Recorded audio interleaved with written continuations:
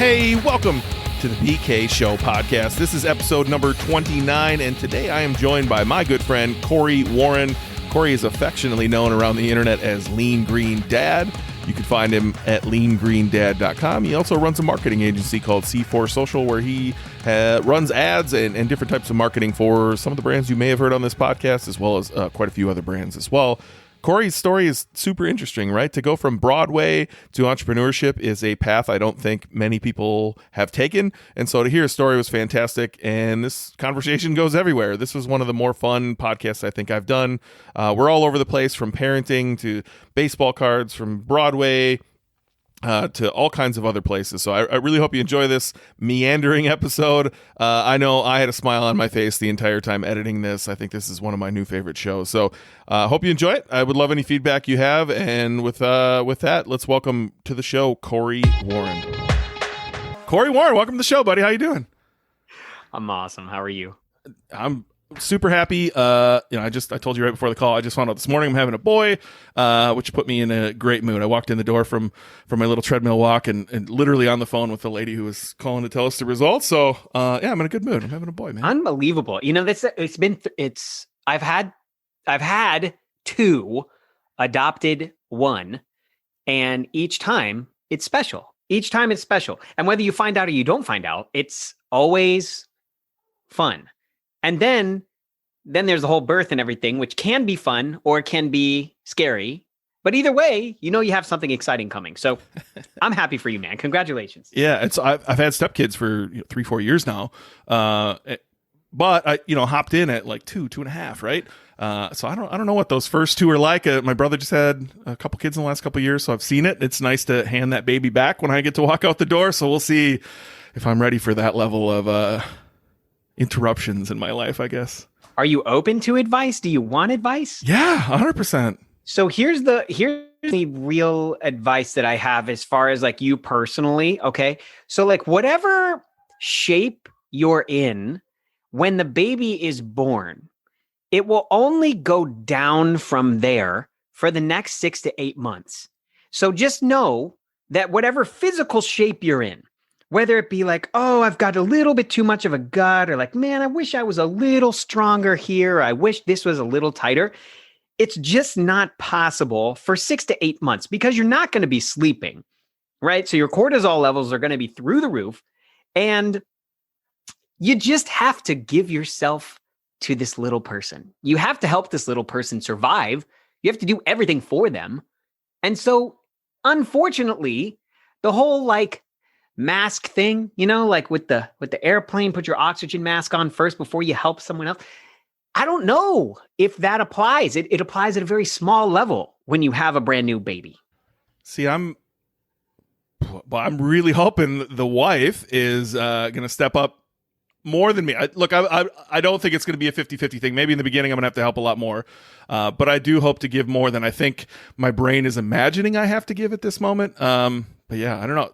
The health thing, I guess I'm on the right track. My coach, Elliot Rowe, he was on episode number 5, I believe. Yes. I have to send him a photo every morning and every night for the workouts. And I've had to do this for months now. We've recently done some work on some inner beliefs and BS that, gets in my way sometimes when I'm trying to get healthy. And so, yeah, I think 2021 is going to be the year of health for me anyway. So hopefully before my birthday, which is the same day, hopefully my son's going to be born. I've got 7 months to get going here or 6 months to get into better shape. Cause you're right. It's going to be a lot of waking up in the middle of the night, which is not something I'm very good at. Hopefully I'm not too ornery. But I don't know. My wife and I are horrible. We hate waking up in the middle of the night. And so it'll be like, good night, sweetheart. Good night. Love you. Love you. And then all of a sudden someone wakes up. It's like, it's not me. It's your turn. I'm not getting out of bed. I hate you. Whatever. And like, we love each other so much. Like we were best friends for 6 years before we got married. We've been married for going on 15 years this year. And, we like our sleep. And so that's the bottom line. We just like sleeping. And so we did take turns though. I mean, 50-50. She did not breastfeed. She tried. And then, like most women, they incorrectly feel like a failure because they can't breastfeed. But I mean, one of the most popular blog posts I've ever written was advice to guys on how to help their wives breastfeed. And it was basically shut up and tell them how awesome they are constantly, I think that's advice all the time. Oh man, if I could only listen to that advice, right? But yeah, no, it was a good blog post back in the day. Well, I mean, you've heard me talk. I met you at George's Mastermind. I talked how I separate businesses when I was certainly part of a lot more, 1 day a week per business, so that I could stay focused and not get distracted by others. I think I'm going to have to, I still do the same now. Tuesday is my podcast day. I record all my podcasts that day, edit them. I don't do podcasts any other day of the week.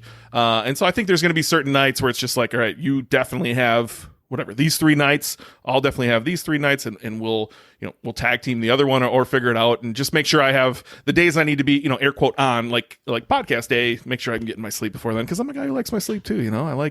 I get 9 every night, and I love it. Did you say 9 hours? I get 9 every night. It's the greatest thing ever. That's incredible, and I'm proud of you because you're on the REM cycle, right? I don't know if Elliot helped you with that, which, by the way, Elliot Rowe is incredible. Yeah, he is. But 9 hours. I'm usually a 7.5 guy, right? So I'll wake up 7.5. 6 when I'm trying to hustle and like really get stuff done. If I have like a campaign launch or something, like a product launch or something like that.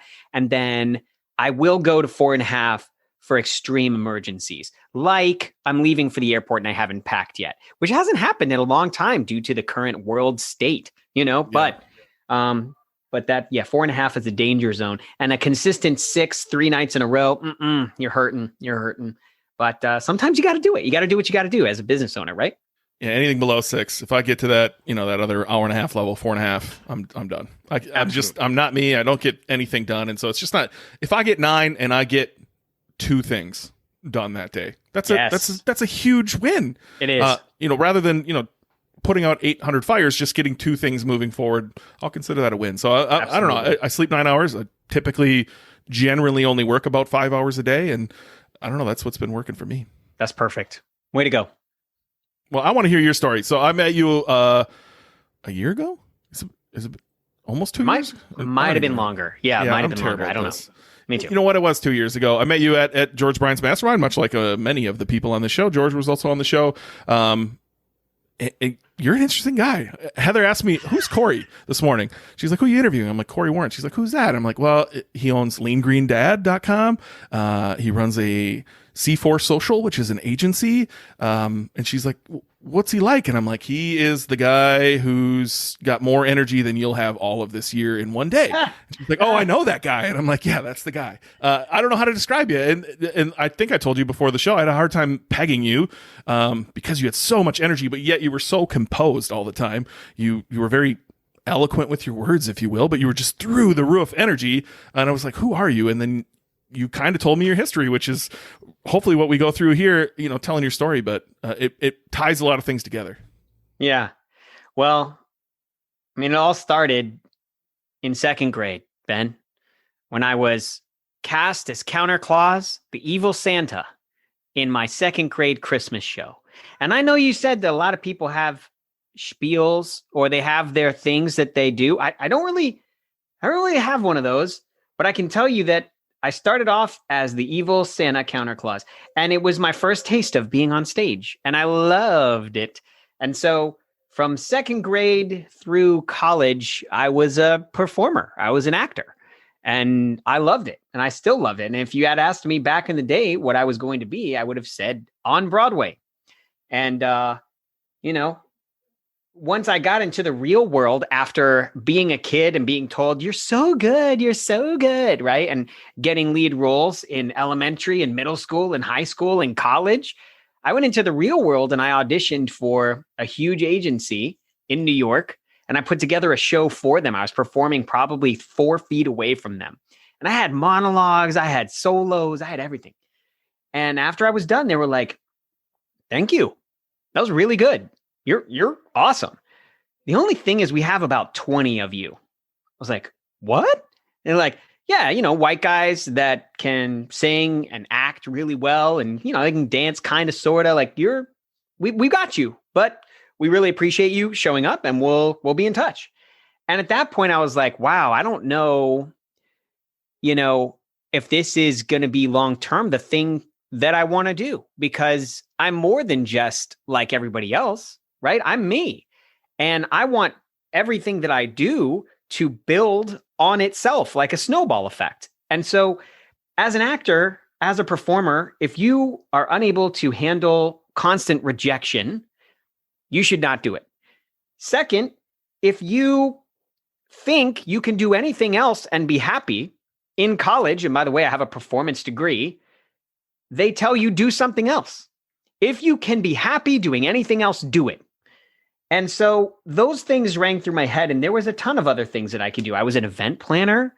I liked event planning in college. I liked, stage managing. I liked producing things. And so I tried a couple other things, and I found that I was as fulfilled, if not more fulfilled, than I was being on the stage. And the really cool thing is I married an actress, and I married an actress that not only is this the only thing that she will do, like she was born to do it.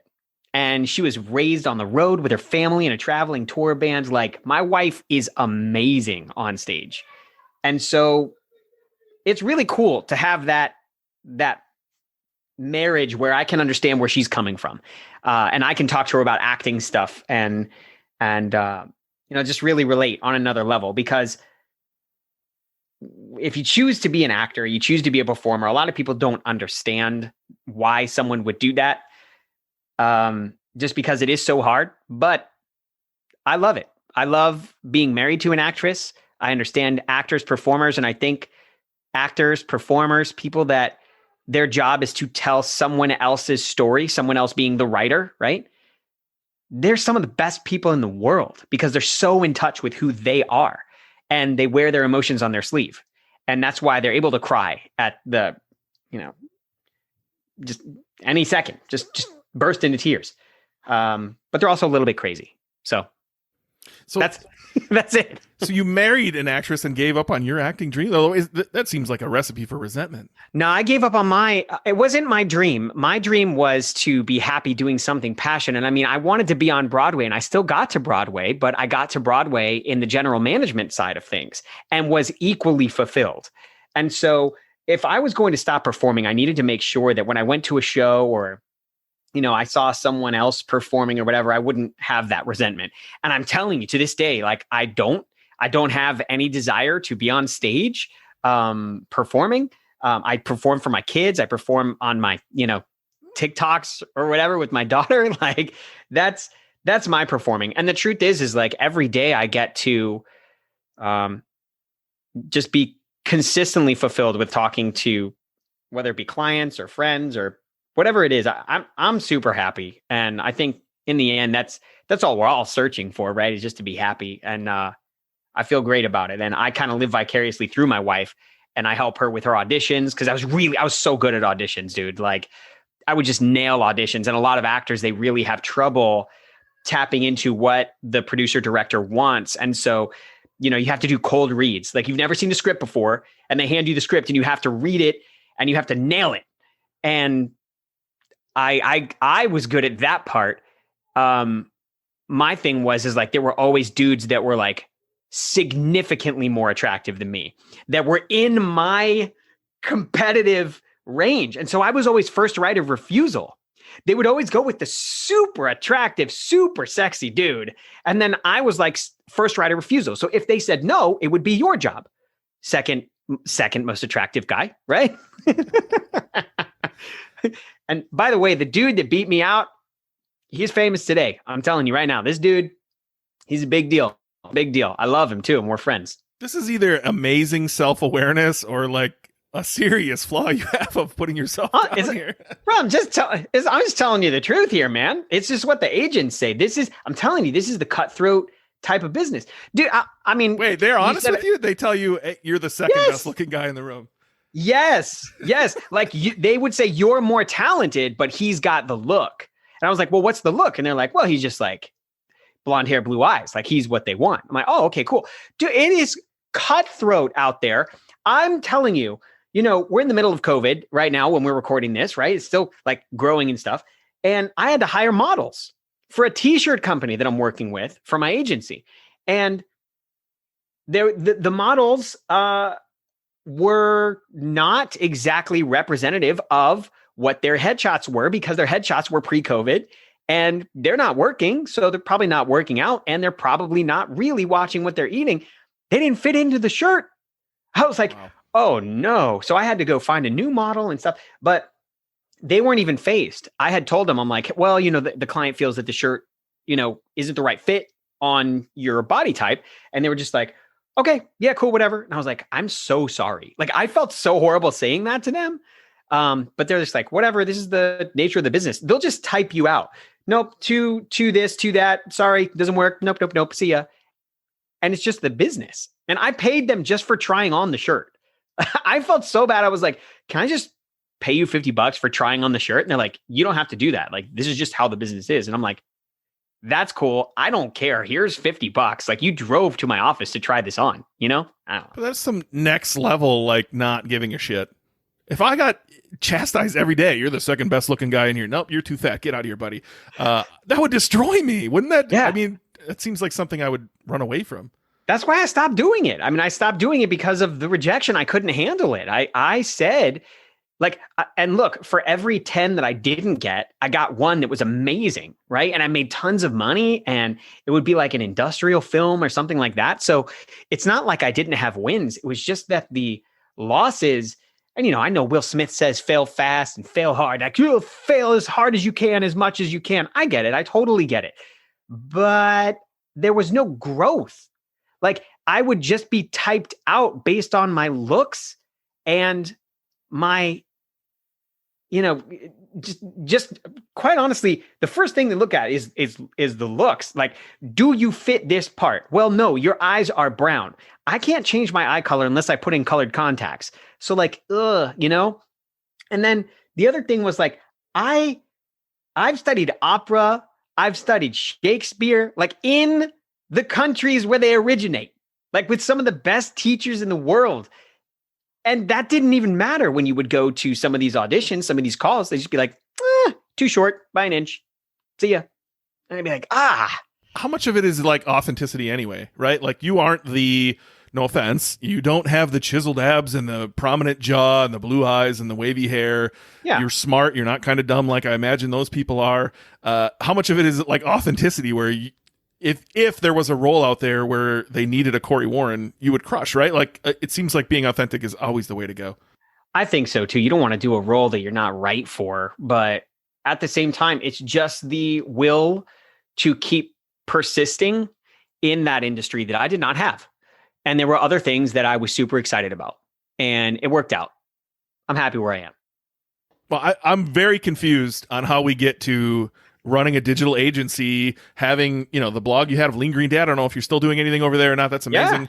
I thought that was one of the coolest things I'd ever heard, and I wanted to help you a million times.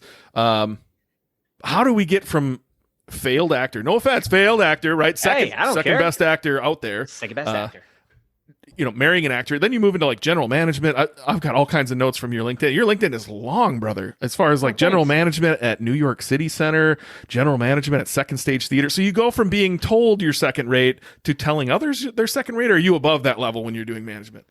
So first of all, I was like an apprentice, like an assistant to an assistant, learning in those roles. But Second Stage is no joke. That place was amazing, and they handle new works that are coming to Broadway before they go to Broadway. So they almost test them out. And I got to work with the general manager, and just an incredible growth experience. Got to sit in on Broadway castings and really help. Got to do some research, like some dramaturg type of research where you're just deeply understanding the role and all that other kind of stuff. I think that was just an awesome experience of me living in New York. I was there for like just a year. And then got hired by Disney to come back, which is so funny, right? Because I was the New York guy when I came back to Disney. I grew up in Florida my entire life. My whole family's worked for Disney. My grandpa was head of safety for 25 years for Epcot. I mean, this guy was a big deal. And then I go to New York for a year, work for some big name companies, and then get recruited by Disney to come back to Orlando to work in talent casting and booking. Now, the crazy thing, Ben, is I was hired by someone over the phone who was a 30-year cast member. They call them cast members, not employees, right? And her name was Bobby. Bobby hired me. I flew in. She was diagnosed with cancer the day after she hired me, went to the hospital. I never met her, and she died 6 months later. I never met her. And I was the last person that she hired, and she brought me into a department that you can only get into if you've been in the character department for a while, AKA paid your dues at Disney, okay? So I wasn't well liked when I was brought into this role as the New York guy, which to me still is hilarious. And then I delved into this department. It was amazing. It was incredible. I think it was 3 or 4 years. I can't remember. But then there was a big reorg at Disney, and I decided it was time for me to go because what my job was turning into was something I didn't have passion for. Moved into the nonprofit sector. I think that's when United Arts of Central Florida happened. I, handled hundreds of events around my county for a local arts agency. Ended up going from United Arts to Nemours Children's Hospital, where I was in charge of $1 million, hospital opening for 3 months. And then I went to the nonprofit sector again with, Garden Theater. And Garden Theater, I was in charge of being a development director. So I was talking face to face to people, asking them for lots of money and planning events, all that kind of stuff. And then was snagged up by my buddy, Jason, an entrepreneur for a long time to try this company, Grocerly, which was at the time was kind of like it was a self-sorting. It was a grocery list, like a smart grocery list that was user generated content that would update based on user data. And I'm pretty positive the technology itself was acquired. We had an angel investor and all that stuff. We did that for 2 years and it was fun. I got to go speak at, I forget what you call it. What's like a World Wide Web conference? It was in Ireland. Web Summit. Does that ring a bell? No, I've never heard of it. There's something called Web Summit. It's for like tech startups. Anyways, I went there and spoke on that stage, like great experience being nervous in front of, thousands of people, all that kind of stuff. But then whenever Grocerly stopped, that's when I was like, okay, what do I do now? And I had Lean Green Dad the whole time. Like Lean Green Dad has been there like the entire time, probably since like 2014 or something, just as a fun little thing. It was called Iron Dad at the time, which by the way, I sent a cease and desist by the Ironman triathlon because that was the whole reason I started Iron Dad. It was like, I was a dad with 2 kids under 3 and I ran the Ironman triathlon. So I thought it was a big deal. I called myself Iron Dad and they asked me to shut it down. So I did. I changed the name to Lean Green Dad, I don't know, 2018 or something. And then here we are now and life is good. Someone asked me if I did marketing. Just someone randomly asked me if I did marketing after seeing what I had done on Lean Green Dad. And the answer was yes. And then C4 Social was born. My friend, who's a famous actor, came up with the idea of the name. And it's been like 5 years. Like it's been like 5 years C4 Social has existed in different iterations. And here it is today, working with a huge team of awesome people, 15, 20 people that make up my agency. And we have a full creative team and a big office with 2 sound stages. Like it's incredible. Life is good. And so I think all those experiences and all those things that I talked about, like all brought me to being able to be a CEO for a digital company that helps e-commerce businesses grow through lots of different things. But yeah, that's kind of the end of the story. So have a good day, man. See you later. I have to ask one thing I saw on your LinkedIn that piqued my curiosity. It said you hosted a local Orange County television show called Community Cafe, updating viewers on local events. So is this like the PBS of, like, is it literally like a local channel and you're the guy doing, tell me more about Community Cafe. It's a local government. You did it for 7 years, man. Yeah, it was incredible. It was a local government channel. So when I worked at United Arts of Central Florida, it was like really beneficial to be the guy from United Arts when I was there. And so I would be able to talk about the events that I was in charge of on air. And I had a co-host and we were just like, hey, welcome to the cafe. Today we've got this. I just read from a prompter and it was fun. I, brought the energy and brought the joy and it's great. Since then, the mayor shut down that entire station and it's now just for the mayor's like speeches. So, boring stuff. Like they took away all the budget for producing shows and stuff like that. But when I was there, it was so much fun. And I have all this footage of me. I still have the footage somewhere. I'm Googling it right now. I'm trying to find a YouTube video. It would be old school YouTube on Orange TV. It's got to be there somewhere. You'd have to look though, because there was a couple hosts and we rotated through. But me and Michelle Wargo were the hosts for a long time, and she was a weather girl, So it was cool, man. It was cool. But it seems like a lot of the things in your past helped you, with where you are today. It didn't make sense to me until you walked through this of like, you had to sell in person, you had to cast people, you had to envision, which is going to help, like cast a vision, which is going to help you create the ads. I don't know about Orange County TV, how that's going to help, but Lean Green Dad makes sense too. And I'd love to dive in there. I'm genuinely curious what Lean Green Dad is all about or how that started. Yeah. Okay. So my family is a plant-based family. And, when I was doing Ironman, I had read about Dave Scott, the winningest Ironman of all time, or at least at the time he was, and he was vegan.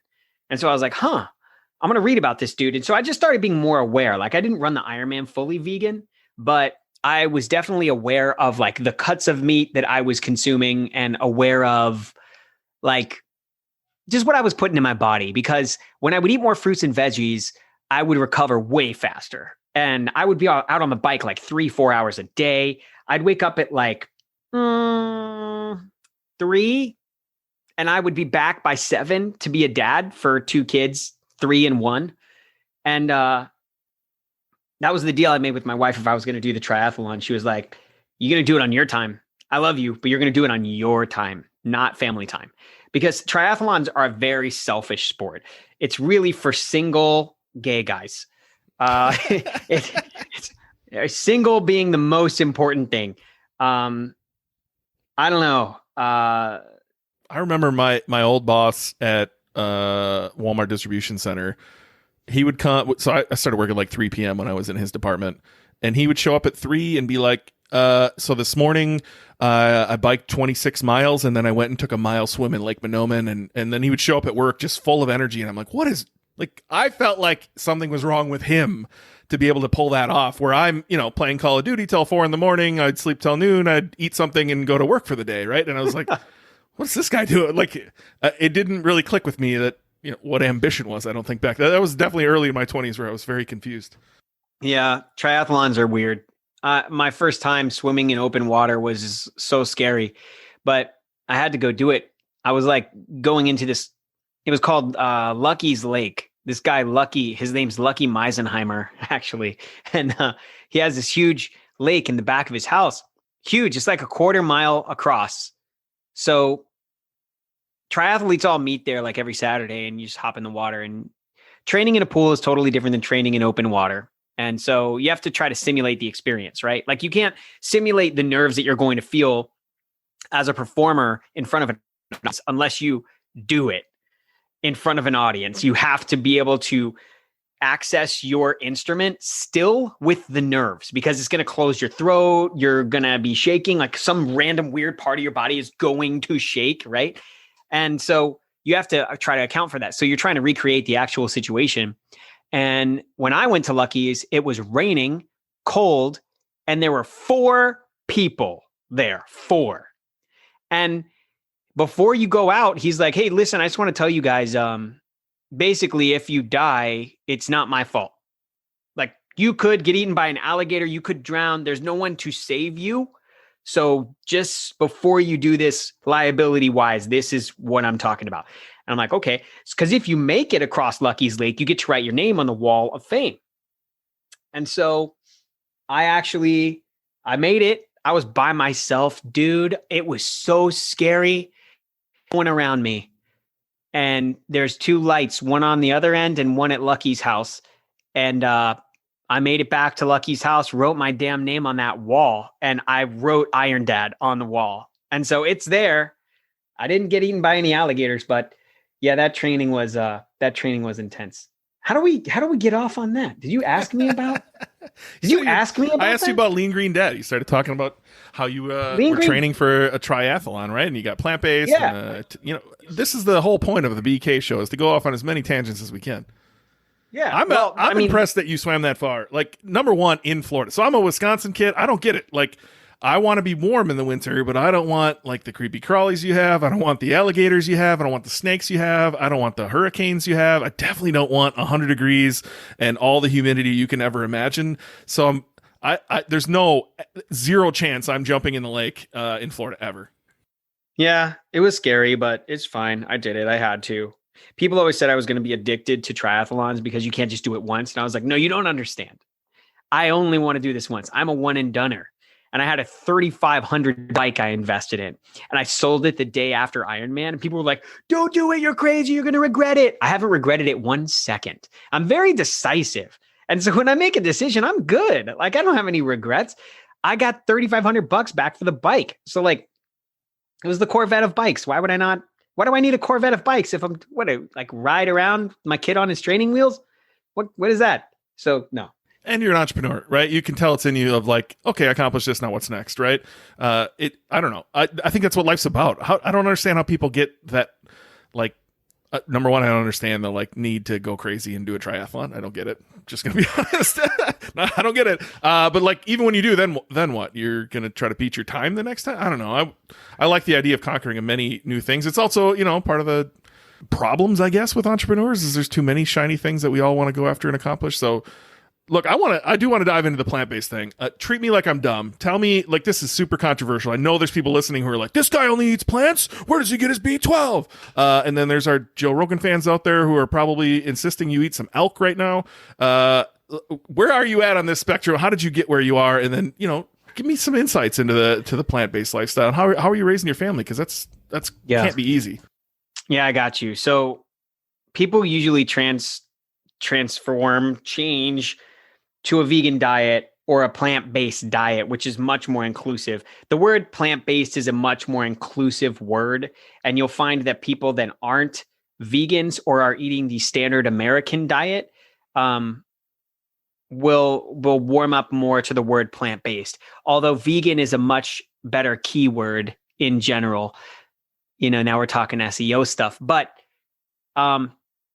people change to a plant-based diet for 3 reasons: for themselves, for the animals, or for the planet. Okay. So no matter what reason you choose, each of those reasons are pretty cool, right? And you can be all 3 or you can be one. For me, it was selfish. It was for me, and it was for my wife. So my wife has ulcerative colitis, and she's had it ever since we were engaged. It was just like a super stressful time, and she had symptoms leading up that she didn't know throughout college. And then everything came to a head during our wedding planning, which is just horrible. And so once you have it, like it's a chronic illness, you're going to live with it forever. Right. So you just have to maintain it. Right. So we started doing a lot of reading. Nobody could tell us like how it happens exactly. We started a local support group here, and it was awesome. Did it for like 9 years. And, we just read that maybe switching to a plant-based diet, getting rid of meat, because meat is harder to digest. Like, it's just harder to digest for the human body, right? Would give her body more. I think of it as like a battery. Like if your body is 100% battery and it takes like 60% of your battery to freaking digest meat, then maybe we could just eat something that's only going to take like 20% of the battery. And then we can use that other 80% for healing her body from her chronic illness, right? Because she was in a flare at the time. She was bleeding from her freaking butt. I mean, sorry, but like, that's what it is. People suffer in silence over this thing, it's horrible. So that's why we did it. And she saw some great results. Like she didn't cure her ulcerative colitis, and that's not what we're trying to do, but it was really taking responsibility for what we put in our bodies. Because you have a decision. The greatest decision you have every day is what you put at the end of your fork, right? And so you have to think about that stuff. And so then I was seeing the benefits for training and working out and stuff. And I'm like, man, this is cool. So we just did it for ourselves. And then ended up having a kid, Izzy, my firstborn. And, 2.5 years in, we were like, meh, maybe we should really go 100%, plant-based here. So we did, and transitioned Izzy, when she was like 2.5, 3. She still remembers eating bacon, and she's like, bacon was good, but I don't miss it like that bad, and, it's funny. My good friend Ben is a vegetarian, and I see him, lately we've been walking every Saturday, and he'll come over Saturday and we'll get done. And my wife, almost like clockwork, has bacon on the stove when we get done with our walk, and he'll come in and we'll talk baseball cards or something. And every time he's like, that still smells good. And it's been like a decade for him, right? And he's like, I don't want to eat any, but man, that does smell good.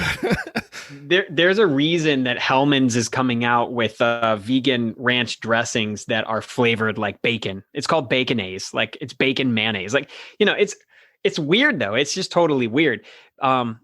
So, I mean, that's kind of where it started, is doing it for ourselves. And then of course, you learn about the animals and the factory farms and the way they're treated. And you're like, yeah, man, that sucks. Like, I could jive with that. So yeah, cool. All right. I'm vegan for the animals too. That's cool. And then it's like, oh, carbon emissions. And you see, movies like, Leonardo DiCaprio's, what's that one with the Cowspiracy, right? So like, you see things like that and you're like, this is just something to think about, right? You don't need to drink like all the Kool-Aid. You don't need to like go straight PETA. Like, PETA's like extreme. And like, I understand the PETAs of the world because animals are being freaking tortured around the world. It's just not my vibe. Yeah. My vibe, but like, PETA turned my son down for, cutest vegan kid. He was voted like top 10 cutest vegan kid, right? And he was in the finals. And they were like, hey, what do you do for vegan advocacy? Do you stand outside of SeaWorld, and like hold up a sign? Do you do that? Would you do that? I'm like, you know what? That's not really my jam. I'm not going to do that. And they were like, yeah, your kid's not the cutest vegan kid, because there were other cute vegan kids that are standing out in front of SeaWorld picketing like hardcore. And I'm like, I totally get it. Like, totally respect that. I'm not, it's just not my jam. It's just not mine. So he took second place too, huh? That's crazy. I don't know what number he was. It was out of 10. Who knows what he was? He was first right of refusal. Look, I think it takes a little empathy here, right? You can be as controversial as you want on whether you should eat meat or shouldn't eat meat, or nutrient density or digestion process.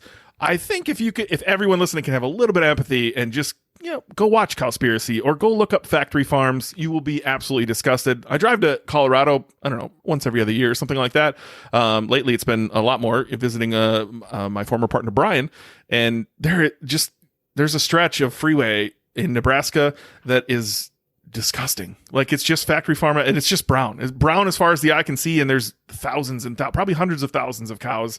I have a friend, Corbin, who she went to work at, like, she's very much against all of this stuff, and she went to work there just to see it. And so she worked there for a few months just to see it firsthand. And, wow. It's bad. It's really, really bad. And so, while I'm a meat eater myself, if you can at least meet everyone in middle ground, you're crazy in the first place. But this one seems pretty easy to meet middle ground, right? Yeah. And I mean, how are we supposed to, like, if my message or my mission in life is to help people raise healthy kids, and honestly, like, what it boils down to for me, for Lean Green Dad, is I just want parents to help get more meats, or meats, to help fruits and veggies in their kids' diet. That's all it is. Just more fruits and veggies. I'm not telling you what you shouldn't eat. That's not my vibe either. I'm telling you what you should eat, right? And I think it's very different. It's like my outlook on life. Like, I focus on the positive. I don't ignore the negative. I just choose to focus on the positive. And when you focus on the positive, you have a positive direction forward. And so this, like, happiness or energy or bubbly personality, like, this is the real me. This is the true me, because I focus only on things like being thankful, like gratitude, like perspective, things in my life that I have that I'm so lucky to have. And I have bad days just like anybody else. But if we can just switch the focus of, like, what I'm doing is right and what you're doing is wrong, which a lot of vegans get, like, they get that. It's like this elitist thing. We're like, well, I'm a vegan, so you don't understand what I'm talking about, right? It's like, no, this is what I do. It works for me. It might not work for you. And that's okay. Like if you grew up eating your mom's shredded pork and it's like nostalgic for you and it's amazing and she makes it in the crock pot every year for you. And when you sit at the table together, you're able to connect and have a genuine, amazing connection and meal. And you remember that thing your dad did and that joke you told across the table. Food is the centerpiece for our entire human connection. It's what keeps us alive and it's what brings us together. And so I'm not trying to threaten that. I think I've even interviewed someone that was a hunter on my Lean Green Dad podcast, and he was vegan, but his family, he was raised hunting, and he switched my entire thought around hunting and why they did it. They did it together as a family to spend time together. And when they killed the animal, they went and they I don't know if they said a prayer, whatever it was, but they honored the animal. And it's just like, man, I didn't really think about it that way. It's so easy to just be like, well, that's wrong. Why do they deserve to die? And you choose, like, who are you to play God? It's really hard. You just have to have an open, mind to be able to understand where other people are coming from. And I think, like you said, empathy is a big deal. So yeah, my mission is to help get more fruits and veggies in kids, around the world and help parents not feel like a failure because it's really hard. Your kids, if it was up to them, they just eat sugar all day long and, chips. My kids love freaking chips. I just can't stand it. I'm like, God with the chips. And we have a lot of conversations around here of how life's all about choices and, you can choose to eat that food that probably tastes really good, but it's also going to make you feel bad later. And some choices give you instant gratification and instant, the opposite side as well. And some take years to give you that effect. And so yeah, that was their question yesterday. What if I ate McDonald's every day? What would happen to me? And so I tried to explain it as best I could. Yeah. There's the movie with Martin Spurlock. Yeah. It's a decent movie. Look, you're pounding all my core values here. Empathy, kindness, positivity, gratitude. And then the big one's authenticity. Right? This podcast was me reaching out to a ton of the people I've met who are doing exactly what they love. Like they are authentic. You are being you and just sharing your story on Lean Green Dad. And it works, right? You don't have to be anything you're not meant to be. In light of PETA, I was told recently at a mastermind, if I'm right, someone has to be wrong, right? And that really made me shift my perspective of like, maybe I don't need to always be right. That was a hard one for me to swallow personally, but I love what you're doing at Lean Green Dad. I'd love to know some of the ways like you were able to monetize that. Cause I know there's people listening who are, maybe they're in underwater basket weaving or sports cards, or college football or hunting. There's a million ways to monetize everything and you can make a business out of being authentic and being passionate about something. And so how did you get started? How did that, turn into, you serving others, which ultimately turns into cash? Yeah. So it was a struggle at first to figure out like, okay, is this a hobby? Is this a business? What is this? Right. And so I would just crank out content like crazy. And I'm kind of getting back to that for 2021 and very excited about it. I have a calendar again, which makes me very excited, but I have years and years and years of content that I haven't even posted some of it because I've always had my attention kind of elsewhere. But back in the day, it used to be sponsorships. So I get sponsored I was a Whole Foods ambassador, like at the regional level. And so I just like make videos and get paid on a monthly retainer to do that. I would reach out to brands. Hold on. What does that look like? I've never heard of that before. So you're putting out videos, ambassador? Like you're putting out content, right? On the regular as far as blog posts or YouTube videos. Did you have a podcast back then too? Oh yeah. Yeah, I think so. What is regional ambassador to Whole Foods? What are the are you able to speak on what that type of contract looks like? I literally made it up. I made up the position, regional ambassador. Like I called it healthy ambassador and they had never had it before. I just made it up. And so I had a contact at Whole Foods and I actually met John Mackey at the Whole Foods headquarters after, and maybe during. My contact was here in Central Florida and she doesn't work for them anymore. And so, when the contact goes away, the role goes away. Also, Whole Foods was acquired by Amazon and all this other stuff. So like the structure just wasn't the same, but, Whole Foods was great to work with, first of all, because they have the Whole Kids Foundation. And so they were a nonprofit that supported me and everything. And, still connected today. Great people. And John Mackey was awesome. And, I would just go in there once a week and shoot a video of me shopping for the things that I would usually shop for. And my kids were super good on video, and they're still super good. I don't put them on video as much, but when they were really small, like 3, 4, 5, I would have them doing videos, like cooking videos and stuff. And, that's what we did. And they paid for that. I also did classes in their test kitchen. So I would be live doing, I don't know, beanball instead of meatball, right? Like beanball sub kids, and parents would come with their kids, and we would make, beanball subs together in the test kitchen and try them out. Or I teach them how to go shopping and look on the back of cereal labels for healthy cereal and stuff like that. So it was incredible. I loved it. And then, what does that look like? Are you able to speak on like what that so you approach Whole Foods, you're getting content out of the deal and like all kinds of, you have the store at your disposal in their kitchen and ingredients. What, obviously they're getting exposure out of it, but what does that look like on a financial relationship? I mean, so the retainer, I think, was like $1,000 a month. It was just like, pay me $1,000 a month. And at the time, that was awesome. Like, I loved that. That was incredible. But I didn't have my own product. I wasn't selling anything. Which is always weird. This is a unique monetization method. Like, this is exactly how people should get started, right? Just go start talking to the people you want to talk to, and eventually you'll start building an audience. And then, kudos to you for going to Whole Foods and saying, "Hey, I want to use your store and create content and tell people to shop at Whole Foods." Like, it's a idea. I shot a series, an email acquisition series, a lead generation series, whatever you want to call it. But I mean, you want to call it that, authentic. I really wanted people that wanted to learn more about how to shop for plant-based stuff. So I put a series together. It's still on YouTube. It's great. I have hair and like I'm a lot younger.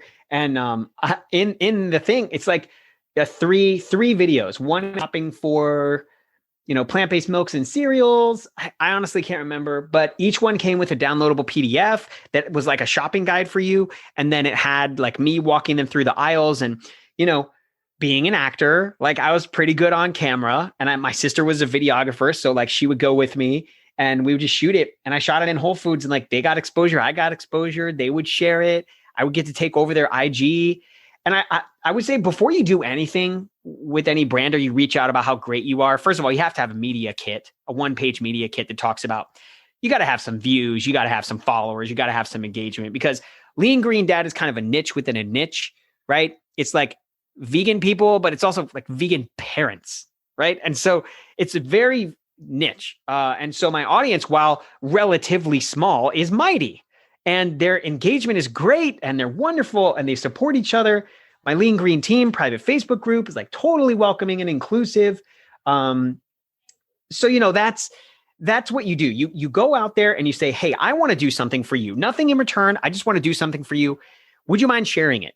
If I put it together." And even our friend George Bryant, like he did this, and he was like a mega famous influencer, like New York Times bestseller, like millions of followers.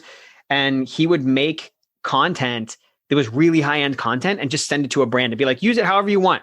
And they would use it in their ads, and they would tag him, and then he would grow following and stuff like that. And so I think that's a good way to do it. Ultimately, you want to make sure you don't do, stuff for free, like all the time.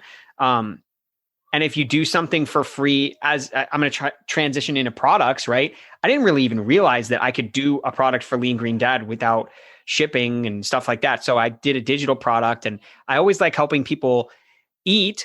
So I was like, I should be putting together a meal plan, but this meal plan has to be like super simple. And so all the meals that I put together are 15 minutes or less that you prep. It's dinner, which is the hardest meal, for parents, because kids always say, "Dad, what's for dinner?" or whatever. And you're just like exhausted. You're like, end of the day, like, damn it, I don't know what I'm going to make. Just five dinner recipes every week.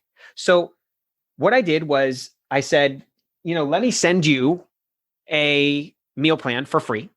And you can see it on the website right now, leangreenmealplan.leangreendad.com. It all funnels to the actual meal plan. And you sign up, and I instantly send you your first 5 meals. And I put a lot of different meals in there to try to make sure before your card is charged, because you do have to put your credit card in, $7 a month for essentially 20 plus meals, because I always do extras and bonuses, always go above and beyond with desserts or breakfasts and snacks and stuff like that. So for $7 a month, you have 7 days to figure for you, and I hit you with like every potential fake meat recipe, whole food, plant-based, delicious salad. I really give you the wide spectrum of the types of meals that I'm going to put together for you. And that's to make sure that if it's not the right fit for you, that you opt out, within the 7 days. And then I also give away my ebook. Like I have a 54-page, 5-chapter forward written by the great Rip Esselstyn that I just give away. And I truly want other parents to feel like they're not alone if they're trying to transition to a plant-based diet. And I just give them my ebook, and it all leads to the meal plan. I eventually want you to just be part of the Lean Green meal plan. And today I've grown that so that it has a solid recurring revenue that keeps growing and growing. I've turned ads off, for December. So we're not running anything for December. But once January hits, we're going to start incorporating some Google ads, some Facebook ads, because I'm sure we'll talk about this, but I feel like Google is always going to be, or at least now especially, is going to be a better bet for cold traffic based on search terms, keyword search terms and stuff like that, rather than Facebook. Like to try to interrupt someone's feed with great content and also get them to come over and then buy. If you could do that at a 1 return on ad spend and acquire customers for free, essentially, that's awesome. But from what I've seen and what I've experienced, and of course, this is a generalization, it's going to be different for every client. But for me, I've not taken a dive into Google for Lean Green Dad yet. And I feel like I could dominate that search term. It's a very small platform. So, are you familiar with Thomas DeLauer? Yes, keto guy, right? Yeah. So I had Nick Coates on, who built a lot of his stuff for him, but his organic side, where he would drive all the leads. If you go to Google or to YouTube and just look up like keto shopping list and then Costco, Sam's Club, Aldi, any of those things, it's going to be his videos, right? And they're really good. They're really in depth. He's talking to you why he's buying certain things, why he's not buying certain things. He'll put some in his cart and not put some in his cart. He goes in there with a budget, and like, to me, that's where you would crush, right? You were kind of doing this early on with Whole Foods, and I think those videos would absolutely crush for you. And then, of course, they're going to want to come, at the end of the video and check out your meal plan and get all this stuff catered to you. And then, obviously, you're speaking to, as Bree would say, my nerdy little heart when you're talking SEO and writing the right keywords on Google. I could talk about that stuff all day long.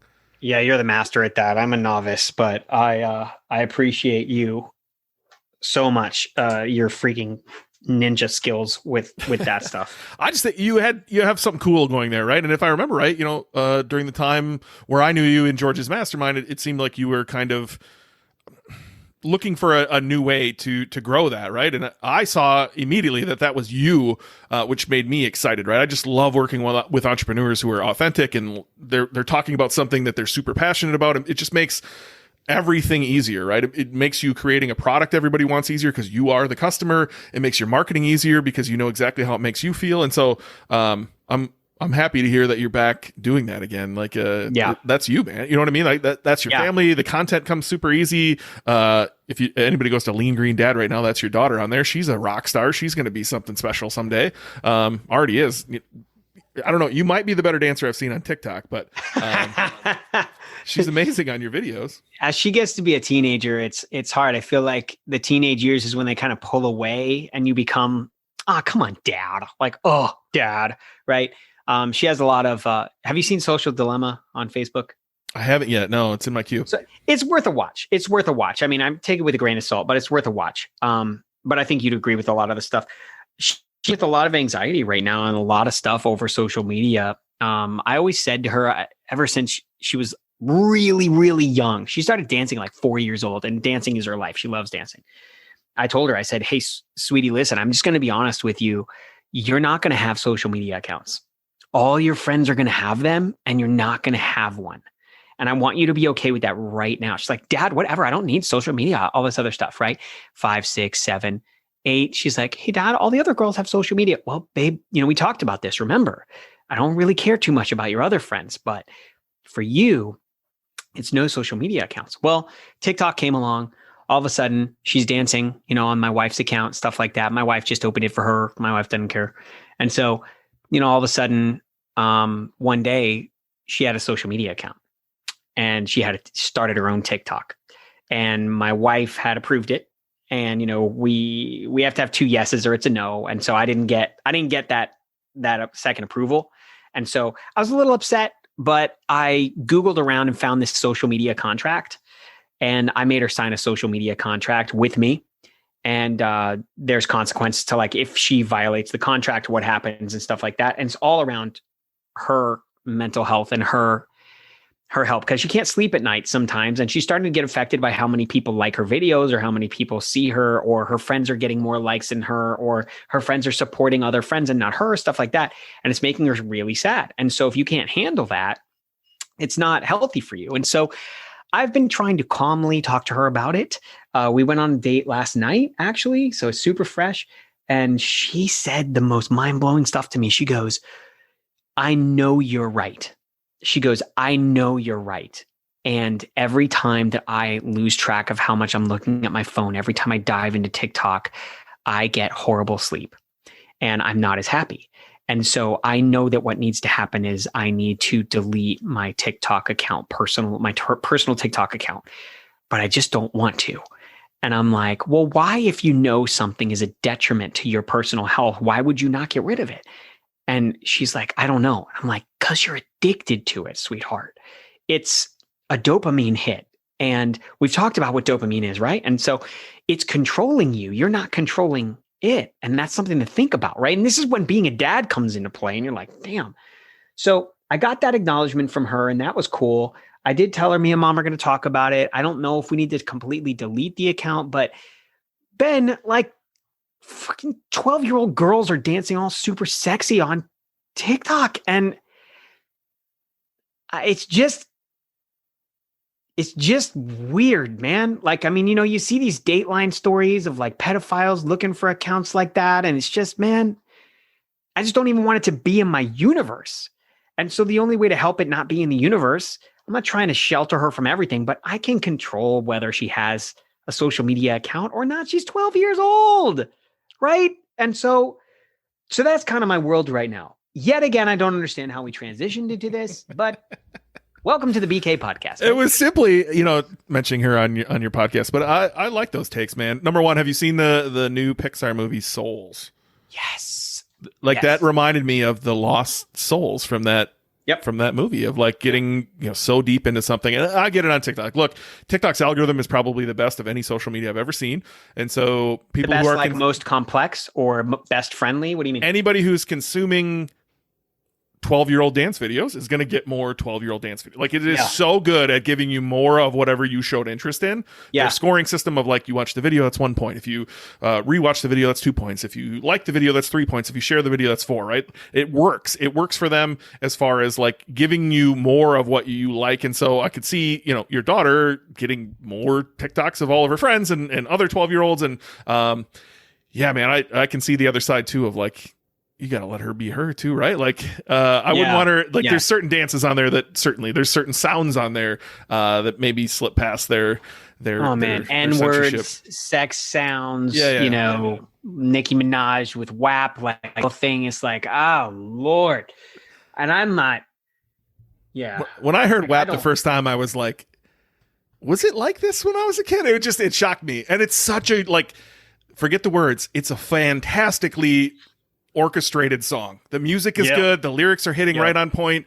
They're a little, they're out there. Anybody who's listened to it, but it's a good song. And I felt so conflicted when I heard that song, because part of me just wanted to, like, groove to it. I think it's so direct. Like, back in the day, I don't think it was that direct, right? Like, there was a song by, I think his name was Domino. And it was like Sweet Potato Pie. And he was talking about the same thing Nicki Minaj is talking about, but he called it Sweet Potato Pie, right? And so it's like, seriously? We're just going to use the P word just straight up? Like, nothing to think about there, nothing to hide from your kids. It's not like friggin' Bugs Bunny cartoons where there's a little something for the parents every now and then that the kids don't get. It's a little over their head, but it's really funny and it makes me laugh. No, just like straight up, like, that's a wet beep. It's like straight up, just how it is. So I believe it's wet beep beep. I don't know. I'm not even sure. Wet beep, beep beep. It's a weird world, right? So I've been trying to think a lot about this as I've got a couple stepkids and a boy on the way. Their life's going to be so different from ours, right? I think I've mentioned this on my podcast before. Like, I have a lot of friends who all, as I'm surfing through my social feed, will be like, "Oh, back in my day, we played out in the yard, and these kids don't know." And I'm just like, it's their experience. They have such a different experience than we will have. And, 20, 30 years from now, we're all going to be wearing our VR goggles and having robots massage our legs to keep our blood flow going. And like, it's going to be a weird world. And yeah, it's weird. How do you control a little bit? Because that's what you have to do as a parent, but also, let them figure it out. I don't know. That's yeah. Again, how did we get here? But like, that's a crazy position. You're certainly farther ahead with a 12-year-old, right? It is. I mean, she's an awesome kid. I mean, awesome kid. And so I know she's going to be fine. I mean, I can't believe the stuff she's talking about at 12 years old. Like, I had no idea what I wanted to do. She thinks she wants to be a professional dancer, and I'm cool. Like, whatever you want to do. I mean, their career starts so young now. Your career's over at like 25 as a professional dancer. It's like, she wants to do, she wants to be like a Missy Elliott dancer, like that kind of thing. Like, like a backup dancer kind of thing. So I'm like, hey man, go tour the world, like doing that stuff. If concerts are still around with everything, it's like, who knows? But I think it'll be awesome. But yeah. Well, she's helped out a lot with Lean Green Dad. I mean, that's for sure. I pay her $5 a video. When she's on video, I do pay her. So that's how she earns her allowance. And she used to help with social media stuff, but she doesn't really have a passion for it. So I'm not gonna force her to do it. But I am like, if you want money, then, go reply to some comments, but if you don't, that's fine too. Incredible self-awareness from a 12-year-old to talk to you like that. Yeah, on her own and say, you're right. Let alone that's some hard words for a kid to say. It's hard words for any husband to say too. Yeah. All right, I'm going to take a pee, and then I genuinely want to ask where you're going with Lean Green Dad and move to C4. And okay, cool. Go for it. I'll go check on my family. Okay. All right. USPS being so far behind, I keep getting shit every day. Like I've been stocking up on NBA cards that just continue to triple in value. Awesome. So these are I ordered these Shaqs on like the 15th, and they just started showing up, and like, it's crazy. That's amazing. Christmas after Christmas, it's been great. Are you a basketball guy? No, not at all. I see the arbitrage, and I want to make a lot of money. So the what? What's the arbitrage? Is that Spanish? Arbitrage. Look, the sports cards flow with seasons. So when the NBA was in the bubble, it was all-time high because of COVID, right? It doubled just like everything else did on the internet. And then NBA season ended and the cards dipped back down here. And now the NBA season's starting again. So if you just buy in the dip every year, literally every year, buy in the dip, the right guys, the right card of the right guys, because the hobby designates that this is the only Shaq that matters, is the 1992 tops. Like, it's the only one that matters. You buy any other Shaq, you're an idiot, right? Or like Ja Morant. This is one of like three. He's the superstar in the league right now. If you buy one of three cards of him, the rest don't matter. Then you're buying the dip. And when the season starts, Ja just the other night hit 40 points, broke some guy's record, and his cards went up 12% that night. Yeah, but he also sprained his ankle so bad last night he had to hop off with one leg. I saw that. I'm hoping. I read some good news today. Yeah, I hope he's okay. I think it's just from what I saw on Twitter, it's just a high grade sprain. So he'll be back. As long as it's not a high ankle sprain, I'll be happy. Look, I don't care. It's only going to go up. He's going to be a superstar forever. But there's so much arbitrage there. I also angel round invested in a company called Dibs, Dibs.io. They are fractionalizing card ownership, and so rather than me, this is a $500 card right here. So rather than me pay $500 for this, they'll make one token out of this where you can buy 1/100th of a token, right? So for $5, I can own one share in this card and participate in the upside while owning a share, right? And trade it like a stock. And so they came and pitched us on our Wednesday night poker game that I somehow got into on COVID with a bunch of people who are way smarter than me. And I chucked $25K at it. So I hope I'm right. Wow. Well, I got a ton of cards. Now you've got me thinking, because back in the day, I have Beckett's too. You remember Beckett's from back in the day? I remember checking prices on Beckett. Yeah, literally my dad dropped off what was left. He used to go to card shows every weekend. That was my childhood. And so I've got boxes to go through here for him to find. Again, he's got hundreds of cards, and there's probably like 6 in there that matter, right? Because it's only one card that actually matters. I have Jordans and everything. Jeez. If you have an 86 Fleer, you're in good shape, buddy. I don't think I don't know. I'll have to check. 86 Fleer. I'll look it up. All right. The PSA 10 of that is $1 million card right now. So if you have an What's 86 a PSA Fleer, 10? so they get graded now. This company grades this. That I don't know if you can even see that in the shadows there. This says PSA 10, right? PSA, and then Beckett has their own BGS. I don't have one in front of me. BGS grading system. Everybody likes PSA nowadays. And a raw card to a PSA 10, you're talking 5 to 10x value just between the raw card and PSA 10. So you can't get better than that. They're just saying it's perfectly centered. The corners are good. The edges are right. Yeah. Wow. All right. Well, cool. It's a fun place to play if you grew up collecting cards, which are worth shit now because they weren't numbered, right? Like all of these are, well, these in front of me are not, but I collect a lot of baseball cards, and they're all numbered, right? So there's like a Superfractor, which is just a 1 of 1 card, and then red is out of 5, orange is out of 25, and so they built scarcity into it so that you get higher value cards based on the scarcity. Where like basketball, there's I don't know 10,000 of these Zion Williamsons, but this is still $1,000 card. But there's 10,000, right? So then it comes to the grading to create scarcity. There's only 2,000 PSA 10s in the whole world, right? And I have one of them. Whoa. Does that make sense? Jeez. Otherwise, back in the 90s, it was just does. like wax era, and they were just printing. And so there's so many cards out there that there's no scarcity. Wow. Okay, that's probably what I have then. A bunch of wax cards. Yeah, you just have to like type in go on eBay, type in the player, and then rookie PSA 10, right? And then sort by highest value. You'll quickly see the card that they're looking for each player. You might have a few. My dad has some Jeters in here, which is the ones you're looking for, right? But raw, it's worth a few $100 if I grade it and it comes back at 10, which it probably won't. It's a 20-year-old card, a 30-year-old card. Then it would be worth thousands, right? So it's all about getting the good grade on the right card. Learn something new every day. So where's Lean Green Dad going in 2021? Like you said, you're going to bring back content. You've currently got a flow going. You're running ads too. This is all new to me since I talked to you last, which is great. Like you actually have some recurring revenue. MRR, I believe, is what the professionals call it. Yeah, the recurring revenue is great. The churn rate is about 15%, and I was expecting about 20%. Churn rate being like bringing people in to cancel before their 7 days or whatever, right? That's and still low, COVID right? has been interesting. That's it's pretty really low. right? Yeah, I'm happy with it.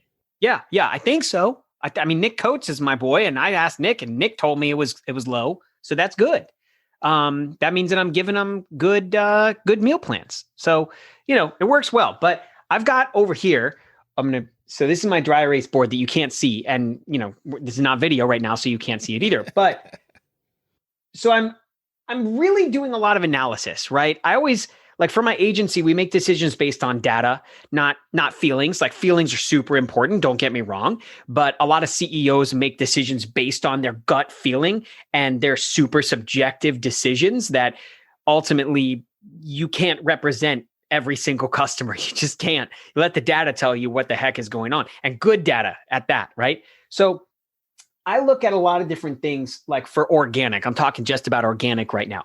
And so I have a ton of content. Like my content library is just insane for Lean Green. So on Friday nights or Friday mornings, I wake morning at 4 a.m. on Friday.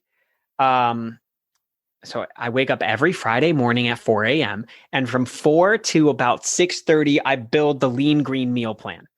And I build it each week, like in that 2.5 hour time frame. And the whole week prior, I'm testing recipes, and I make these recipes myself. And so I'm super excited about it. I put my heart and soul into this thing because I absolutely love it. It does not work for me. I love it. Okay. So Friday, I send that. Saturday, I send a recipe to like my, 8,000 people on my own email list, just a recipe for them.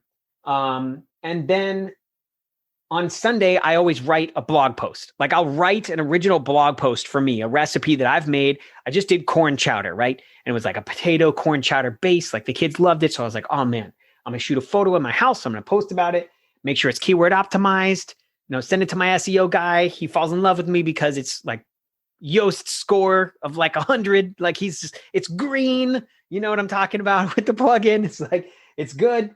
And then I also welcome people into my Facebook group. So I'll get about anywhere between 40 and 100 people coming into the private Facebook group, Lean Green Team, every 2 weeks, I'd say, right?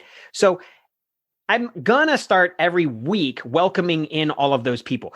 And the way I welcome them in is I have one that's really awesome. And in my 3 questions in the private Facebook group, I actually ask them what their email is. I ask them their first name.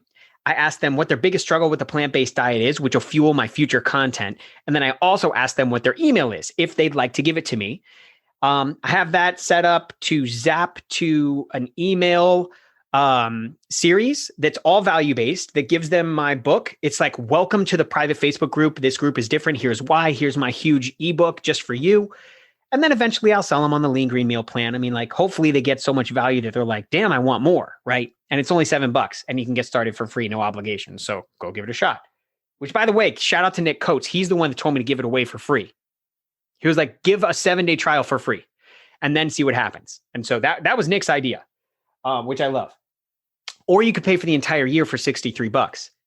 And I don't know what's 12 times 7? 63? 84, 91? Yeah. So I don't know. 84. 12 times 7. 84. Okay. So instead of $84, you could pay 63 and get it for the whole year subscription, which a lot of people do. And if you're talking about, we're getting super nerdy here now, but if you're talking about cost per acquisition, like, I think the CPA last time I checked was $11. So it would take 2 months of member. Well, it is, but the product is low priced. It's only $7, right? So like, and that's on Facebook. We're not even talking about Google, right? So I'm happy with that. People, guys, I get so much freaking talk about, because like the way I did the first video, dude, I basically asked anyone I've ever met in my entire life within the first hour of posting it to like, comment, and share for me. And they did. And to this day, that video with the social proof is the highest converting video that I have. Like, it's just nuts. But going back to content here. Hold on. I got one idea for you that I just ran into the other day. Okay. Somebody's was starting a Facebook group who I wanted to help support. And I went in there and one of the 3 questions was, what is the secret password to join this group? Right. And then it says, go to that dude's URL /password. And that opens up their ManyChat flow. Whoa. So it pops up in ManyChat and says, so glad you wanted to find this password and join our group. Here's the password, right? But now you're on their ManyChat flow too. So, you know, I thought it was good enough. It passed my morals, I guess, right? And I know we're going to talk about that as your forthcoming podcast is Marketing with Morals. I don't know if that falls in line with you or not, but I thought that was very smart. And I've asked for the email before. That was in a Facebook group course I had years ago. And it works sometimes, but it doesn't always work. And I do want to be respectful, but at the same time, I want to talk to these people, right? And I want to own them, right? And I think emails the owned place versus Facebook groups, which I do think someday you're going to have to pay for. Yeah, you might be right. You might be right. I love this nerdy stuff, though. Tell me more about your funnel here, because first off, let me put a little shout out for Nick Coates there. I put out Nick Coates' episode, which is the BK Show, episode number 23, over Thanksgiving week, and no one listened to it. I thought people would have more time and they would listen to it, and it was one of the worst performing episodes I've had yet. The people who listened to it, it was about, I don't know, 66% of my normal listens. I got more people reaching out to me for that episode going, holy shit, this Nick guy is really smart. I got like 30 ideas from that. I got that from his episode more than I have from any else. So if you haven't listened to episode number 23, go into your Apple Podcasts or Spotify or wherever you are right now and add episode 23 to your listen list, because that is by far one of the best podcasts I've ever done. And all kudos to Nick. That dude is a genius. Yeah, he is. I'm writing it down too. I'm going to go check it out. I like his voice too. He like kind of sounds like this. Like, hey, no, yeah, Cory, I totally understand. A little bit. He's awesome. And he even went into like his partnerships that he built his agency around. So he brought in a bunch of people to run sections of his agency and gave them equity in their sections, right? So either to do creative or to do ads for them or different parts of his agency. And you know what he does, right? He's a rock star. And so, yeah, if you get anything from that, listen towards the end when he talks about that. It's a genius idea of how he split out his equity. Yeah, I got to figure that out. Okay, so then on Monday, I do a graphic designed education piece. So I've been testing out these substitution things, right? Like instead of white rice, do brown rice. Why? Because it has protein and it has twice the fiber, right? Like people don't know that. And so that's something to think about. So it's kind of like a try this and skip that kind of thing. I'm trying that graphic. So that's going well. I also have like, visuals of like all the different types of plant-based milk. So I don't know, just info image on Mondays. Tuesdays, I have a podcast called the Plant Powered Dad Hour. That's kind of a subset of Lean Green Dad podcast, which, my buddy Gabriel, who's plant-based Gabriel, he's awesome. And so we're just two dads that are plant-based and we just talk about plant-based dad stuff. And then I also do like some kind of little video. See, I go live on Facebook once a week, and then I'll rip that video down and edit it into like a 60-second kind of funny thing. Cause I do weird, quirky things. Like, I don't know, like I make weird sounds, or like I do like a weird voice or something. And I always splice those together and I look like an insane person, but it's so engaging. And I'm like, oh, cool. If I don't say so myself, right? Like I'm so engaging, but when I put them together, it makes a good little video. And so I kind of repost that, Wednesday, Thursday, and Friday, I'm still working on because this is all fairly new, but I'll probably go live, on Wednesdays. So that's kind of what I got going on. I got a lot of blog post writing, a lot of podcast posting, and trying to keep it up at something with IG. Like I do, 4 or 5 stories a day. I'll post, at least 3 IG reels, per week. I'll do an IGTV a week, which IGTV is kind of meh, but reels, from what I hear, the algorithm is really favoring reels right now because they're trying to compete with TikTok. So, and native reels, like reels that you shoot within IG, not like just import and, that kind of thing. So I don't know. You're so the opposite of me. You have the content side covered. Like thinking about doing all of those things would stress me out, right? Like I don't understand how I've got a lot to talk about, but I hate being repetitive, and I never realize I'm never reaching the same people unless they're your super fans. But you seem like you have the whole content side figured out. Do you spend any time wondering how you're going to recoup that $11 CAC and how long it takes someone to churn so that you know how many weeks you have them on there and how you're going to turn your LTV exponentially, like how you're going to create referrals? Like, I don't know how you can do both of those things. I obsess about all of that stuff because the truth is Lean Green Dad is a testing ground. It's a testing ground for my clients. We haven't even talked about my clients. Like it's been so Lean Green Dad heavy, but like, so when I take on a client, the first thing I do is a 20-minute discovery call, and I just have to listen. I want to listen because I'm trying to find out if they're the right fit for the agency. And if they don't know their numbers, by the way, they filled out an app. I call it an application. I got to figure out a better word for it, but it essentially is a bunch of essential questions like, what is your hero SKU? What is your profit margin, like in general, right? And what's your ad spend right now? Have you worked with an agency in the past? Which is always yes. And why did it not work out? Like those kinds of things, right? And it's always the same thing. It's the complete opposite of like how my agency runs. Like they felt screwed because they didn't communicate with them, or they could never see the ROI. Or what I love is when I hear CEOs say to me like, well, the agency we're working with is pretty good. They have a great ROI. And I was like, oh, cool. How do they measure ROI? And they're like, oh, well, they submit reports to us. And I was like, that's awesome. What is the cost per acquisition? And they'll be like, well, I don't really know that, but I do know that we had an amazing reach. And I'll be like, oh God, red flag. Okay. So you're measuring your success on reach. And they're like, well, I think so. I'm like, well, what are you doing? They're like, oh, we're doing YouTube ads. Okay, cool. So what is the conversion tracking? Like, is that in there the right way? Are you measuring the actual conversion? Which, by the way, I don't know if you heard, Ben, but about this iOS 14 update, like, heard about this, right? I mean, the whole nature of how we're doing everything has to go down to profit, gross profit, net profit. You need to have the diverging lines of like freaking ad spend and gross profit. Like as long as they're diverging at this point, it's like, I mean, I have a pretty good idea of what's working and what isn't by other key performance indicators. But for the most part, the only thing that matters is revenue, right? And so we have to look at revenue and growth over time, month over month, year over year, profitability analysis. I saved a company $36,000 a month last month because their shipping threshold was $39. Their hero SKU was $39. And so 90% of the purchases were $39 and they were adding stuff to it. Don't get me wrong, order bump, upsells, downsells, whatever. But in the end, they were paying $36,000 a month to ship this thing. And I was like, I'm going to do something. I'm going to raise shipping to $50 for unlocking free shipping. Let's just see what happens, right? We're going to see a dip in conversions. Okay. I'm sure.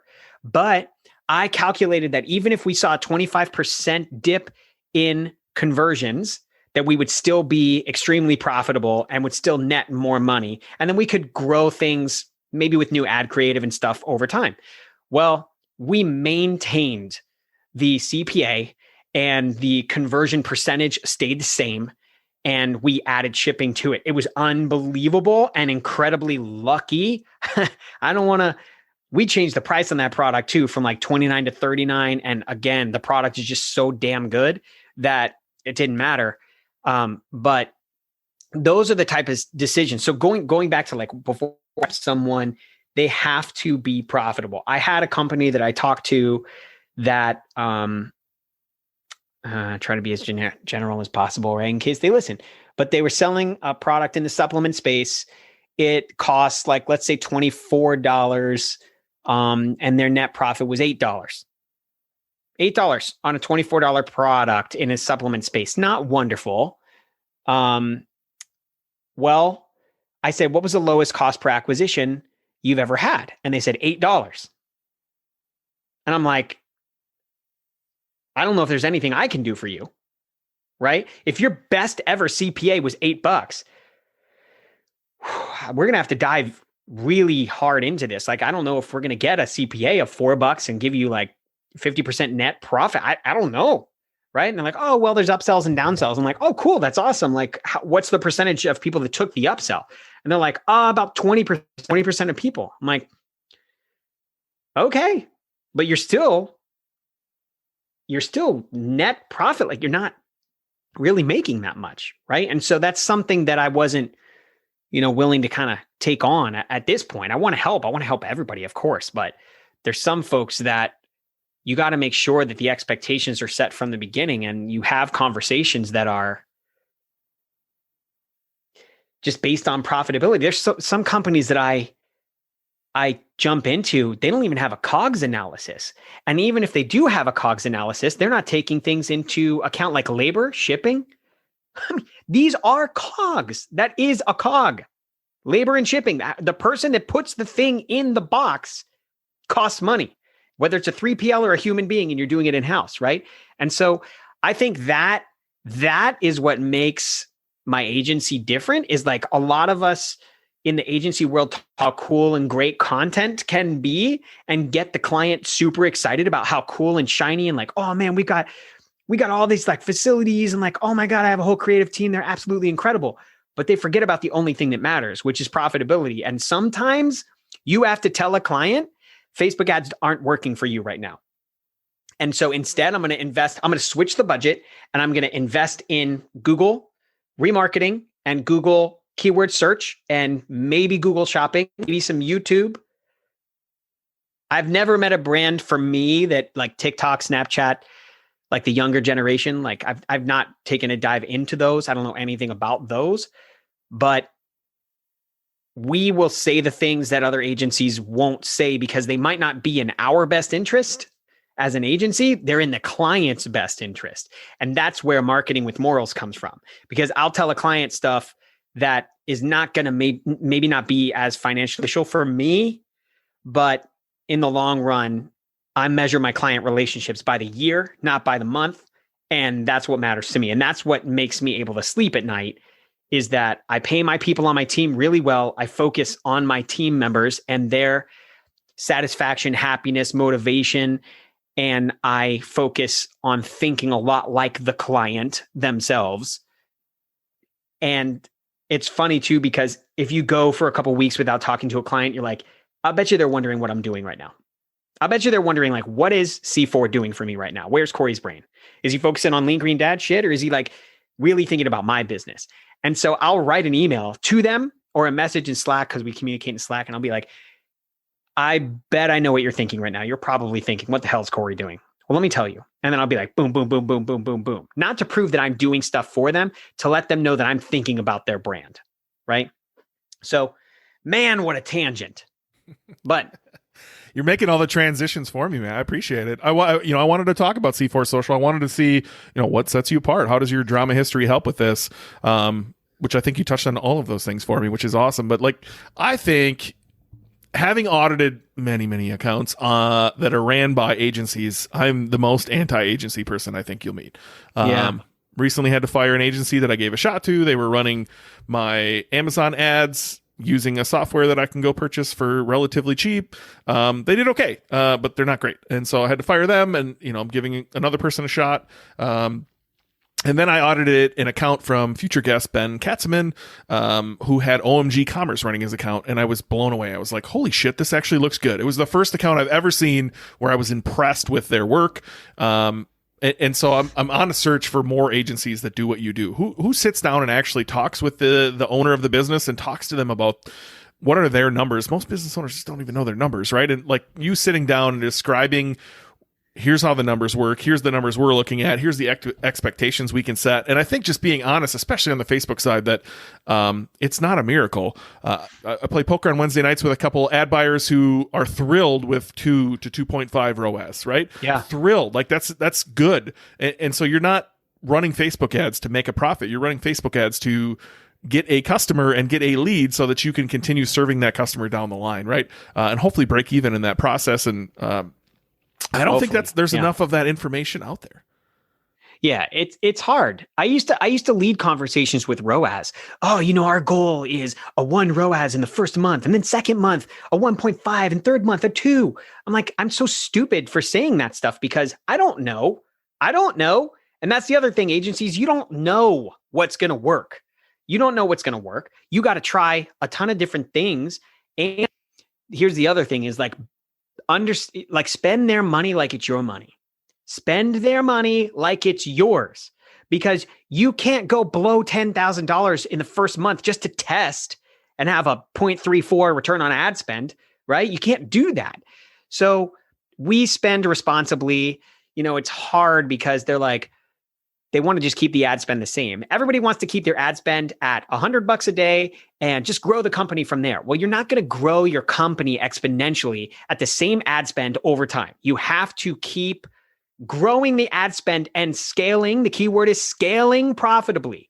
And here's the other thing. Just because you have an ad performing at a 3 return on ad spend, you're spending $1, you're making 3. It doesn't mean if you spend, more, you spend $2, you're going to make 6. It doesn't work like that. There's so many factors that have to come into consideration. And you can't keep changing the variables. I have clients all the time. They're like, well, let's try this. I'm like, hold on. Let's just try switching one thing, and give it 30 days and see what happens. Let's not change 5 things, because then we're not going to know what worked and what didn't. Right. So that's the other conversation. I don't know, man. I had one client tell me that their COGS were proprietary. I'm their marketing agency. They're paying me a retainer. They're grown 60% year over year, not joking. And they don't want to share their COGS with me because it's proprietary. I said, I don't need the ingredients. I don't need that. I don't need how you make your product. I need to know how much it costs you so I can make intelligent marketing decisions. And they just said, well, just assume everything's a 70% profit margin. Okay. All right. So I did, but I had to go into the cog sheet because they were dinosaurs. Like, they don't know how to work even a spreadsheet. So I had to go in and okay, the retail price of this is that. All right, cool. 70% COGS, I guess. So their profit is this. All right, cool. Well, that's not going to work for a funnel, top of funnel, to get them in. That's not a new customer acquisition play. All right. So the cost has to be $2.63. I have one client. I'm like, okay, $2.63. If I can get CPA here and I can get the product to be this, shipping's going to have to be $11. Would somebody pay $11 for shipping on a free $8 product? Ugh, probably not. Okay, not a good funnel. Like, this is where I spend my days. I spend my days in spreadsheets with my numbers guy, Jason, who doesn't give a shit about how pretty the ad is. Doesn't care at all. He only cares about profitability. He won't let me run an ad unless it's profitable. And we don't even know if it's profitable because the one thing that we don't know is cost per acquisition, which we have to get out there and test. But we know what it needs to be. We know if it's trending the wrong way, that we need to kill the ad or we need to stop pushing this product or whatever.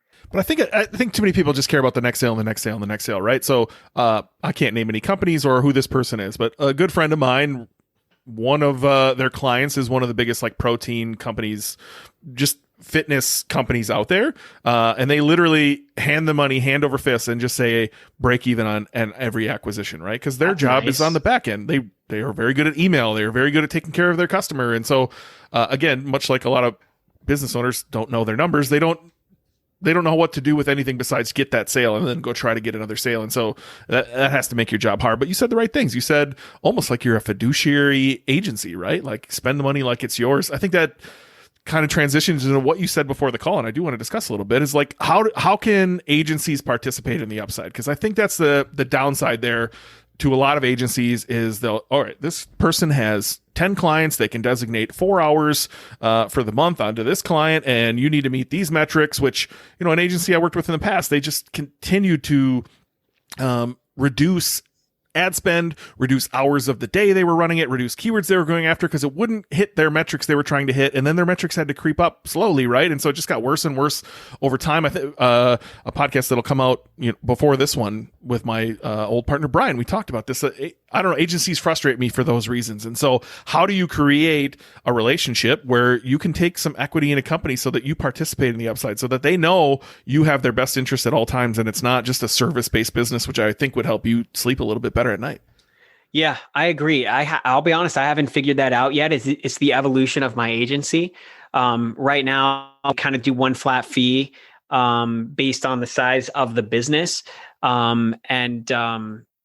You know, we do 18-month projections on growth before we even start work. And so each month we have a goal and we measure month over month. And so where are we tracking on goal? You know, if we say we're projecting 46% growth for you and we haven't hit our internal goals for the last 3 months, we're going to need to adjust, you know, that goal and see if that's still something that you're jiving with, because it might not be 46, but maybe it's 42. And for some companies, that's only a $10,000 difference. For some companies, that's $500,000. So you really need to ask and find out, because the person that you're working with, your main contact, like their job is on the line based on what you're doing sometimes. Or like sometimes the CEO's damn retirement is on the line, right? And they put that pressure on you too. And it's like, whoo, I don't know if I could take that, you know? So it is something to think about. It is something I think about constantly. I had a brand come to me that loves what we do, you know, was recommended by, you know, my son's godfather. Like, he's just like, hey man, you need to help these guys out. I'm like, yeah, cool. I don't know. They can't afford an agency fee. So like, what do I do? Well, maybe I take part ownership in their company. All right. But that means I'm coming out of pocket for ad spend. All right. Well, do I believe in myself? Hell yeah, I do. If I spend my own money and I get to, you know, 2, 3, 4 on ad spend, is that profitable? How long can I do that? You know, these are the questions that I'm trying to ask myself as I evolve as an agency and really try to make sure the motivation and the, not even the motivation is the wrong word, right? Like, we both have a vested interest in the company doing well.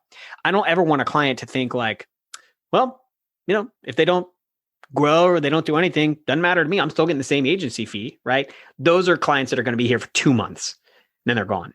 And you don't want that. And just thinking through your side, there is like a lot of things to think about there, right? Like, you have to, if you're going to take equity, you're going to buy in, you're going to earn in. Are you going to, you know, in the contracts, you have to say, can the owner take everything as salary and never pay you? Is there going to be distributions? When are distributions going to occur? Is it a cash flow play for you? Or, just thinking of my company, I'm actually searching for this right now. Maybe we should talk after the podcast, but I'm shooting for a very lofty goal. I want to exit for 20 million in 3 years. I think I'm on my way there. I think it's possible. We're going to have to move fast, and we're going to have to acquire customers at a rapid rate and take care of them in the back end. But, if there was somebody who could handle some of the media buying, I think that would be worth equity, right? And they're going to, as long as they know my vision and they buy into my vision, then think we can get there, it's going to be fruitful for them in the end.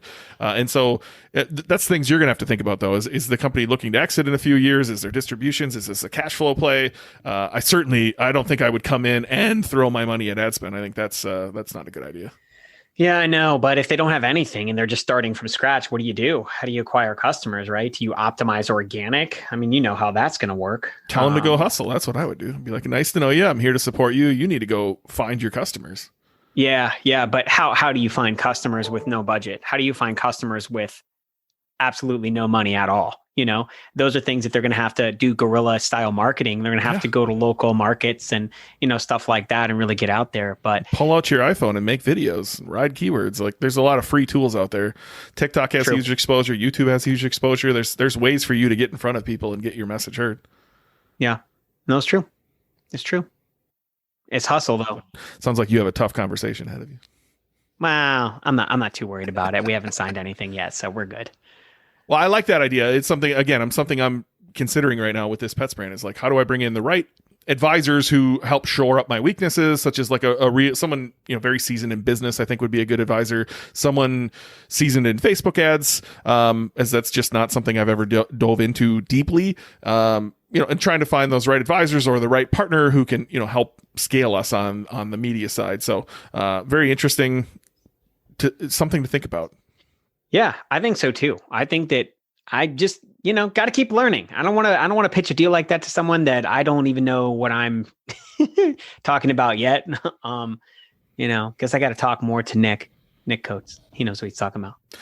Yeah. Speaking of Nick, you should have him do all of your non-content side of Lean Green Dad. That guy would crush for you, man. Yeah. Non-content. Whew. All right, we're running up against it. How can people get a hold of you? And then just real quick, you said Marketing with Morals podcast coming soon. Tell me about it. Marketing with Morals is going to be a show that I'm starting with my friend Mike Shaw. Mike Shaw has been in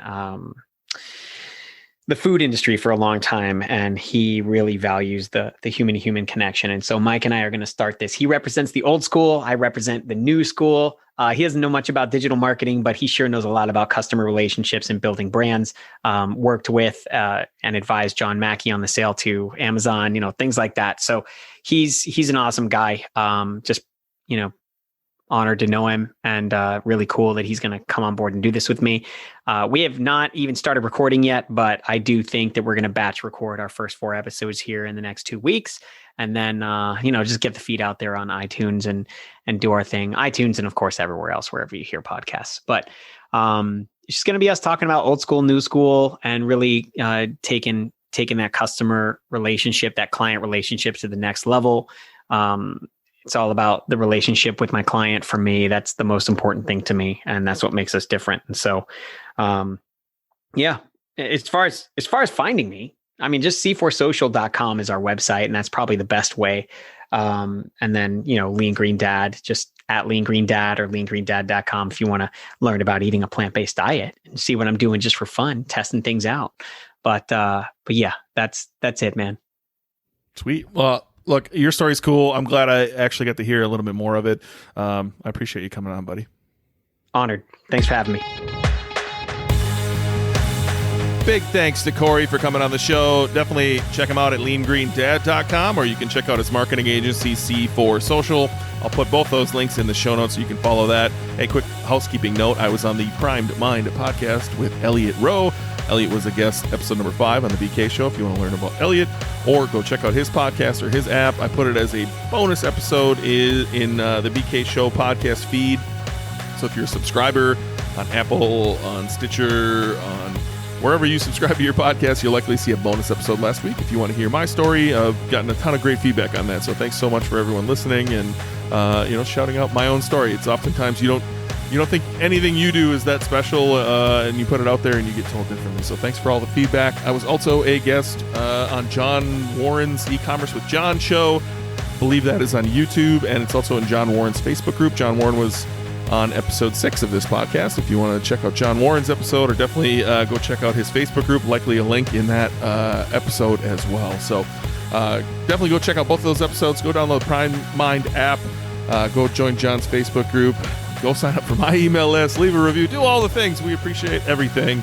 I definitely do personally appreciate all of you who have reached out, who have subscribed, who have really given any feedback whatsoever. I appreciate all of you so much. I hope you enjoyed this episode, and I can't wait to see all of you again next Wednesday.